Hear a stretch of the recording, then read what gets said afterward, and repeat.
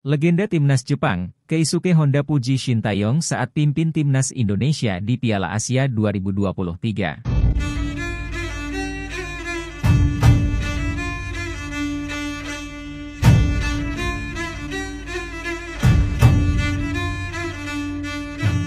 Kepemimpinan Shin Tae-yong di Timnas Indonesia mendapat pujian dari legenda Jepang, Keisuke Honda. Meskipun belum mampu meraih gelar juara, Shin Tae-yong dinilai telah membawa perubahan yang cukup besar bagi skuad Garuda. Keisuke Honda melihat Piala Asia 2023 sebagai titik balik kebangkitan Timnas Indonesia. Kinerja Shin Tae-yong pun mendapat pujian karena telah membawa harapan baru bagi ASEAN. Perlu diketahui Shin Tae-yong mulai bekerja sebagai pelatih Timnas Indonesia pada awal 2020 lalu. Namun, masuk tahun keempat, belum ada satu trofi pun yang diraih. Hal ini, kata Keisuke, tak lepas dari situasi sulit yang dihadapi soal COVID-19. Shin Tae-yong memang belum pernah meraih satupun gelar bersama tim Indonesia di semua level. Prestasi terbaik bersama Indonesia adalah final Piala AFF U23 2023, kalah penalti dari Vietnam di final, kata Keisuke Honda. Meskipun belum memberi gelar, Shin Tae-yong dianggap sudah memberi dampak besar.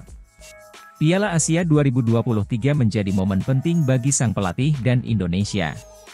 Kemenangan di ajang besar, meski tidak terlalu spektakuler baik dari segi hasil maupun taktik, namun merupakan hasil yang patut diapresiasi. Ini adalah hasil dari reformasi berkelanjutan dari Shin Tae-yong, imbuh Keisuke. Mantan pemain AC Milan tersebut memberi apresiasi pada kemajuan yang dibuat Timnas Indonesia dan Shin Tae-yong. Sebab, apa yang terjadi di Indonesia bisa memicu perkembangan sepak bola ASEAN.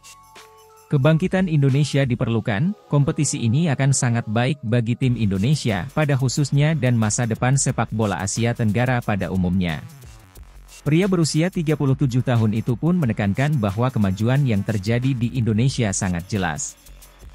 Belum ada gelar yang didapat, akan tetapi ada beberapa indikator yang bisa dipakai untuk menilai.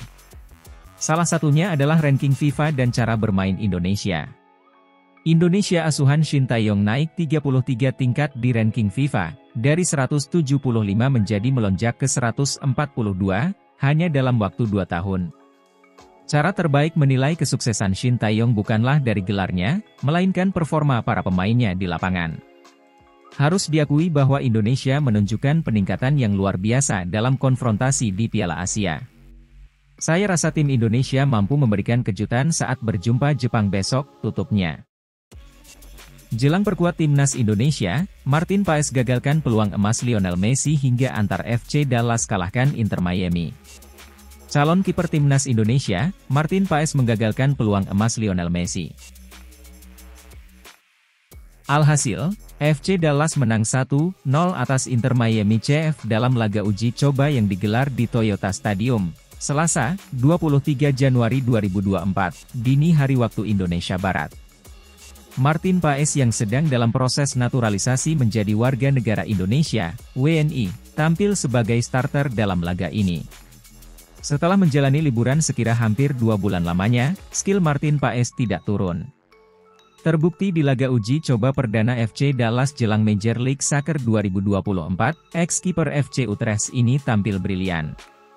Tak tanggung-tanggung, Martin Paes menggagalkan peluang matang Lionel Messi.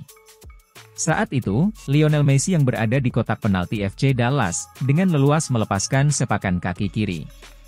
Secara lugas, Martin Paes menggagalkan tembakan La Pulga julukan Lionel Messi. Rekan setim Lionel Messi, Luis Suarez, pun seakan tak percaya melihat Martin Paes menggagalkan peluang emas La Pulga. Tak sampai di situ aksi brilian Martin Paes, Lionel Messi sempat mencoba mencetak gol lewat situasi sepakan pojok. Secara brilian, Martin Paes menepis bola hasil tembakan Lionel Messi. Singkat kata, Martin Paes diganti di awal babak kedua demi memberi kesempatan kepada kiper cadangan FC Dallas. Sementara itu, Lionel Messi diganti di menit 64. Dalam pertandingan ini, FC Dallas menang 1-0 lewat gol tunggal Jesus Ferreira di menit ketiga. Kemenangan ini merupakan modal positif FC Dallas sebelum mengarungi musim baru. Sementara kapan Martin Paes bisa memperkuat Timnas Indonesia? Paling cepat, Martin Paes bisa memperkuat Timnas Indonesia pada Maret 2024, paling lambat Juni 2024. Jika timnas tampil loyo saat hadapi Jepang, Erick Thohir paksa skuad Garuda pulang kampung. Ketua Umum PSSI Erick Thohir menegaskan seluruh penggawa timnas Indonesia lebih baik pulang jika tampil loyo saat meladeni Jepang pada laga pemungkas grup A Piala Asia 2023. Tapi kembali pernyataan saya, kalau memang bawa merah putih, ia harus memberikan semuanya. Kalau loyo, ia tidak usah main, pulang saja. Sekecil apapun kesempatan kita harus dipergunakan, ia melanjutkan. Erick juga menegaskan akan berangkat ke Qatar untuk memberikan dukungan moral secara langsung kepada Asnawi Mangkualam dan kawan-kawan. Saya melihat anak-anak muda Indonesia yang ada di lapangan saat ini. Saya berharap sekecil apapun peluang, bukan tidak mungkin, meraih hasil positif lawan Jepang, katanya.